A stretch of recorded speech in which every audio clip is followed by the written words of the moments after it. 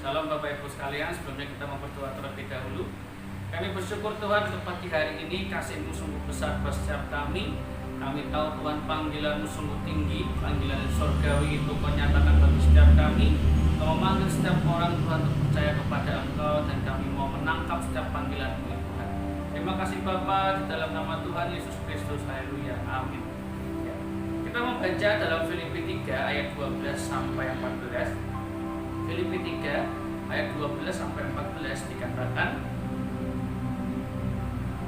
bukan seolah-olah aku telah memperoleh hal ini atau telah sempurna, melainkan aku mengejarnya, kalau aku dapat juga menangkapnya, karena aku pun telah ditangkap oleh Kristus Yesus. Saudara-saudara, aku sendiri tidak menganggap bahwa aku telah menangkapnya, tetapi ini yang kulakukan, aku melupakan apa yang telah di belakangku dan mengarahkan diri kepada apa yang di hadapan, dan berlari-lari kepada tujuan untuk memperoleh hadiah, yaitu panggilan surgawi dari Allah dalam Kristus Yesus. Amin. Nah, di sini kita mau belajar bagaimana kita sebagai umat Tuhan untuk menangkap panggilan yang tinggi atau panggilan surgawi. Di sini Paulus sebagai seorang rasul, dia menyatakan bahwa bukan karena dia sempurna, tetapi karena dia rindu ingin mengejar yang namanya panggilan surgawi. Karena panggilan surgawi itu penting bagi setiap dirinya, dan itu pun juga penting bagi setiap kita, orang-orang yang percaya kepada Tuhan. Karena satu hal yang Tuhan inginkan adalah kesetaraan. Jadi Tuhan itu tinggi, Tuhan itu sifatnya surgawi. Nah, kita manusia sifatnya duniawi. Oleh karena itu Tuhan mau mengangkat kita memiliki keserupaan dengan Kristus. Dan itulah yang dinamakan serupa segambar dengan Tuhan. Nah, kita sebagai anak Tuhan dikembalikan derajat kita, dikembalikan martabat kita melalui panggilan itu. Ketika kita merespon panggilan Tuhan, maka kita akan sejajar dalam keserupaan, dalam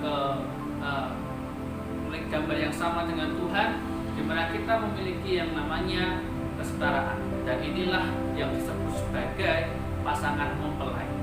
Kita gereja Tuhan digambarkan sebagai mempelai wanita yang dipersiapkan untuk mempelai laki-laki. Dan mempelai laki-laki kita ini adalah seorang raja, bukan hanya seorang ketika di dalam dunia memang anak tukang kayu, tapi sekarang dia telah naik ke surga menjadi seorang raja. Dan kita diangkat Tuhan memiliki kesetaraan menjadi seorang istri raja atau pasangan mempelai. Oleh karena itu kita mau belajar dari kisah Esther, di mana ada gambaran, bayangan gereja Tuhan di dalam kisahnya Esther. Kita buka Esther pasal yang kedua. Esther pasal yang kedua, ayat yang ke-8 sampai 11. Esther yang kedua ayat 8 sampai 11. Kita mau baca bersama-sama. 1, 2, 3. Setelah titah dan undang-undang raja tersiar dan banyak gadis dikumpulkan di dalam benteng Susa di bawah pengawasan Hegai, maka Esther pun dibawa masuk ke dalam istana raja di bawah pengawasan Hegai, penjaga para perempuan. Maka gadis itu sangat baik pada pemandangannya dan menimbulkan kasih sayangnya, sehingga Hegai segera memberikan wangi-wangian dan pelatu kepadanya, dan juga 7 orang dayang-dayang yang terpilih dari isi istana raja. Kemudian memindahkan dia dengan dayang-dayangnya ke bagian yang terbaik di dalam balai perempuan. Esther tidak memberitahukan kebangsaan dan asal-usulnya karena dilarang oleh Mordekai. Tiap-tiap hari berjalan-jalanlah Mordekai di depan pelataran balai perempuan itu untuk mengetahui bagaimana keadaan Esther dan apa yang akan berlaku atasnya. Ya. Di sini kita belajar di mana Esther adalah gambaran daripada gereja saat ini. Esther adalah salah satu seorang gadis buangan dari Israel, bangsa Yahudi, yang dibuang di benteng Susan. Nah, disinilah merupakan suatu tempat adanya kumpulan dari bangsa-bangsa yang lain. Dan Esther ini bersama pamannya, tidak memiliki orang tua, bersama pamannya yang bernama Mordekai. Dan pada saat itu titah raja, ya, karena Ratu Wasti lengser, kemudian raja ini ingin mempunyai seorang ratu yang baru, dan dia siarkan raja ingin seorang ratu, seorang mempelai, seorang permaisuri. Dan disitulah Esther menjadi salah satu calonnya. Disiarkan ke seluruh negeri, 120 provinsi yang dipimpin oleh Nebukadnezar. Nah, itu Esther diambil, Esther kemudian dimasukkan ke dalam yang namanya benteng Susan, dimasukkan di dalam pengawasan seorang pengawas bernama Hegai. Nah, ini kita harus tahu bahwa ada gambaran rohani di kisahnya Esther. Esther adalah gambaran dari gereja Tuhan kita, saya, Bapak Ibu, semua orang-orang yang percaya kepada Tuhan. Esther ini merupakan gambaran kita pada saat ini. Dan kita harus tahu Esther itu masuk ke dalam pengawasan Hegai, masuk ke dalam benteng Susan. Itu bukan sekedar untuk masuk kemudian didandani saja, tetapi selama 1 tahun penuh diajari hal ini, hal itu, etika makan, etika berjalan, etika berbicara. Dan disitulah Esther mau tunduk di situ. Nah, satu hal yang ingin saya sampaikan bahwa Esther ini mau diawasi oleh Hegai, hidup di dalam pengawasan seorang pengawas bernama Hegai. Dan Hegai ini adalah salah satu pengawas yang dikebiri. Jadi dia menjadi seorang pengawas yang mengawasi calon-calon daripada ratu. Jadi Esther itu nggak cuma satu saja, ya. Tidak hanya Esther saja yang dipilih, tapi banyak orang di situ, banyak wanita-wanita yang ada di benteng Susan, istana atau balai perempuan. Jadi kita harus tahu ini seperti pola panggilan Tuhan, ya. Tuhan memanggil banyak orang, semua orang dipanggil. Seperti Nebukadnezar, semua wanita dipanggil. Kemudian setelah dipanggil dipilih, dimasukkan ke balai perempuan, benteng Susan. Nah, kita juga sekarang posisinya adalah sedang proses pemilihan. Kita sebagai amat Tuhan, kita telah dipanggil, kita telah diajak Tuhan untuk percaya kepada Dia, meresponi panggilan yang tinggi. Nah, prosesnya sekarang, saat kita menjadi orang yang percaya, kita harus diproses, dipoles, dan itu sangat-sangat menyakitkan buat kita. Karena kita manusia yang duniawi, dan Tuhan minta untuk kita menjadi manusia yang surgawi, yang sifatnya sifat yang ilahi, itu butuh proses. Tuhan menggosok-gosok kita, Tuhan memasukkan kita dalam proses-proses dalam hidup kita untuk membuat kita semakin murni di hadapan Tuhan. Dan di sini pengawasannya butuh yang namanya kepekaan rohani untuk tahu bahwa kita sedang diawasi. Nah, ini yang banyak orang Kristen tidak tahu, bahwa kita itu hidup sebagai orang Kristen diawasi. Kita harus tahu bahwa banyak pengawas-pengawas daripada Tuhan, malaikat-malaikat Tuhan melihat, menyaksikan kita. Jadi kita hidup sebagai anak Tuhan tidak bisa hidup dengan sembarangan, dengan semaunya kita, dengan prinsip pokoknya aku, kalau nggak mau tuh tidak mau. Nah, ketika kita tidak mau diproses oleh Tuhan, maka proses itu akan semakin panjang. Beda halnya dengan Esther. Esther itu diawasi, dikhususkan, dipisahkan dari dunia. Kita sedang dipisahkan dari dunia, diajari etika-etika kerajaan. Nah, kita sebagai mempelai Tuhan juga sedang diajari etika aturan kerajaannya Tuhan. Hidup prinsip hukum-hukumnya Tuhan, hukum kerajaan itu kita pelajari ketika kita belajar firman Tuhan, ketika kita berdoa sembahyang. Kita sedang diajari untuk hidup beretika seperti etika kerajaannya Tuhan. Dan kita harus memberi waktu, memberi diri kita. Kalau kita tidak menyerahkan hidup kita kepada Tuhan, tidak menyerahkan hidup kita untuk diproses oleh Tuhan, maka proses itu akan semakin panjang.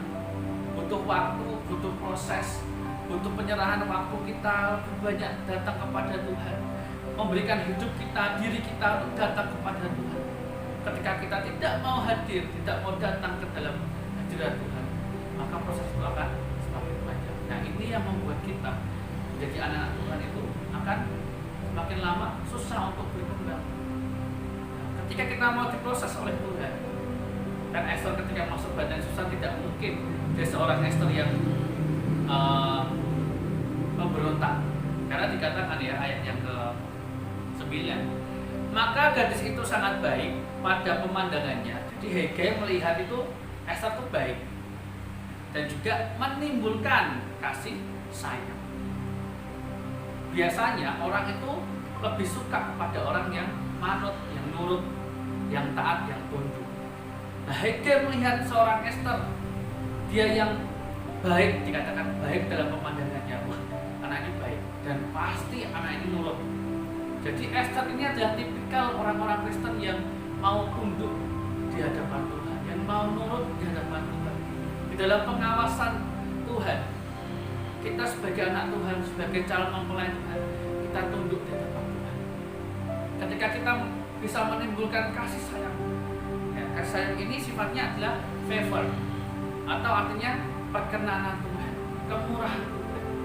Tanpa ada perkenanan daripada Tuhan, kita akan semakin tajam. Seperti Esther yang mengkhususkan hidupnya, memisahkan hidupnya untuk mau dekat dengan Hegai, dalam arti dia mau menurut taat perintahnya Hegai, mau dipoles, harus ini, harus itu, harus semakin baik hidupnya. Nah, Esther ini nurut. Nah, kita harus tahu posisi kita sekarang. Posisi kita sebagai anak Tuhan itu sudah menunjukkan bagaimana kita harus berlaku, bertindak, dan berucap. Mungkin kalau kita jalan-jalan ke dunia, jalan-jalan ke di luar gereja, jalan-jalan di mana, jalan-jalan, kita bisa pakai pakaian yang sembarang, yang pendek-pendek, yang minim bahan. Kita boleh pakai sandal, nggak mau pakai sandal pun nggak apa-apa. Tapi ketika kita mau datang kepada Tuhan, ke gereja Tuhan, tidak bisa kita sembarangan. Sekalipun tidak ada aturan yang baku, yang pakem, tapi kita harus tahu membawa hidup kita ke dalam Tuhan, membawa hidup kita dekat dengan Tuhan, itu beda posisi. Bisa nggak kita sebagai anak Tuhan atau seorang ratu, ya, calon ratu, tidak bisa kita sebagai calon ratu mau berpakaian yang seenaknya saja atau berpakaian semaunya saja. Esther, seorang gadis masih muda, masih remaja, masih belia, punya teman-teman yang pengen bebas. Anak-anak muda pengen bebas, pakaiannya nggak mau diatur, mau ini mau itu nggak mau diatur. Dia bisa komplain kepada Tuhan. Kemudian tidak punya bapak, tidak punya ibu, tidak. Kemudian hidupnya dibuang dengan pamannya di negara yang lain. Jadi banyak hal yang bisa Esther ini untuk komplain. Aku nggak mau nurut, nggak mau dibuat seperti ini, nggak mau diproses seperti ini. Esther berhak karena faktornya seperti itu. Tetapi itu bukan yang dilakukan Esther. Yang dilakukan Esther adalah dia mau tunduk, taat, nurut sama Hegai, bahkan sampai menimbulkan yang namanya kasih sayang, menimbulkan perkenanan, kemurahan, sehingga dikatakan ada percepatan. Dikatakan ayat 9, sehingga Hegai segera. Ya, ini yang penting. Ketika kita mendapat perkenanan daripada Tuhan, Tuhan itu segera mempercepat proses kita. Ketika kita nurut, tunduk, step-stepnya Tuhan itu kita langkah dengan baik. Step-stepnya Tuhan itu kita ikuti dengan baik. Maka Tuhan akan buat kita jalan seperti jalan di jalan tol, cepat. Dan itu kita anak Tuhan harus tunduk kepada Tuhan. Ketika Esther dipersiapkan menjadi seorang ratu, dia harus tahu posisinya, nggak sembarangan, nggak boleh sembarangan. Posisi kita sebagai anak Tuhan nggak boleh sembarangan. Bisa nggak kita berbuat dosa? Bisa. Tetapi kita harus tahu posisi kita sekarang sebagai anak Tuhan, sebagai calon pembelai. Ketika Esther menjadi seorang calon ratu, diproses bagaimana dikarantina selama 6 tahun, dia mendapatkan yang namanya perkenanan daripada Hegai. Kita sebagai anak Tuhan, orang Kristen yang mendapat perkenanan daripada Tuhan, hidupnya akan dipercepat. Seperti apa kita akan lihat di Amsal 3. Amsal 3 ayat 3 sampai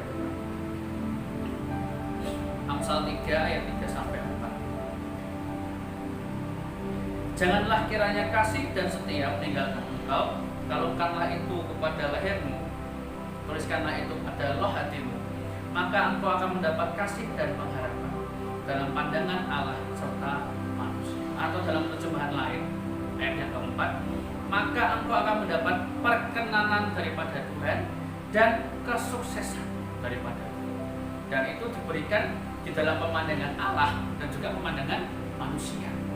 Jadi kita harus tahu bagaimana kita mendapatkan perkenanan daripada Tuhan. Ayat yang ketiga, kiranya kasih dan setia. Jadi ada dua unsur, kasih dan setia. Dan ini terus menerus. Kasihnya seperti apa? Mengasihi Tuhan. Mau apapun kondisinya, mengasihi Tuhan. Mau apapun kondisinya, setia pada Tuhan. Enggak anget-angetan. Ketika hari ini mengasihi Tuhan, besok tidak. Sekarang mau giat ke gereja, besok tidak giat ke gereja. Nah, ini tidak bukan kriteria Tuhan. Ketika kita mendapatkan Tuhan minta, kamu harus kasih, mengasihi terus menerus, kamu harus setia terus menerus, maka aku akan memberikan perkenanan padamu. Aku akan memberikan kesuksesan padamu. Sehingga kita tahu orang Kristen yang hidupnya nurut dalam Tuhan, nurut aturannya Tuhan, hidupnya itu seperti hidup dalam jalan cepat. Apa yang dia mau cepat dapat sukses. Satu kuncinya adalah kita mau tunduk. Dan di Amsal 3 ayat 34, apabila ia menghadapi pencemooh, maka ia pun mencemooh. Tetapi orang yang rendah hati dikasihinya. Orang yang rendah hati dikasihi oleh Tuhan. Jadi kasih Tuhan, belas kasihan Tuhan itu, kemurahan Tuhan itu seperti air. Semakin rendah kita, maka air itu mengalir di tempat yang rendah. Berkat Tuhan, anugerah Tuhan itu mengalir dari yang tinggi ke tempat yang rendah. Oleh karena itu Tuhan suka dengan orang yang hatinya rendah, yang mau dibentuk, mau diproses. Ketika Esther mendapatkan perkenan daripada Tuhan, dia mendapatkan fasilitas daripada Hegai. Hegai suka kepada Esther, anak ini cocok ini, anak ini sebagai calon ratu baik. Maka dia menyegerakan, diberikan wangian pelabur, diberikan 7 dayang yang terbaik, diberikan tempat yang terbaik.